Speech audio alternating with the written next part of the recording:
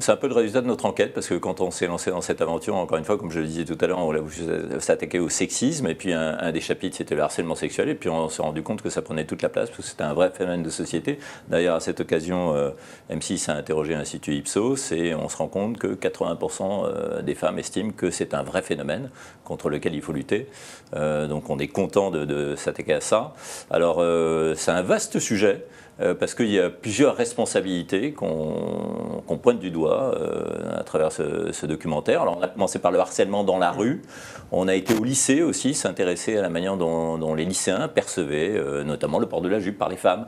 Et on s'est rendu compte qu'au lycée, par rapport à ce qui se passait dans les années 70-80, eh bien aujourd'hui il y a une espèce de régression, c'est-à-dire qu'une femme qui porte une jupe, pour certains lycéens, c'est comme une pute, enfin, c'est une fille qui ne se respecte pas, pour reprendre leur langage.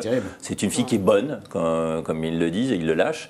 Et c'est assez terrible, en effet, comme constat, assez terrible. Alors, on a accompagné aussi un professeur de génération numérique, qui est une association qui tente de sensibiliser les lycéens et de leur donner un espèce de sens critique vis-à-vis de cette espèce de mentalité qui est en train d'infuser un peu partout et qui a plusieurs racines, notamment le fondamentalisme musulman, mais pas seulement. On met en cause aussi le porno, le rap, la pub, une certaine pub, etc.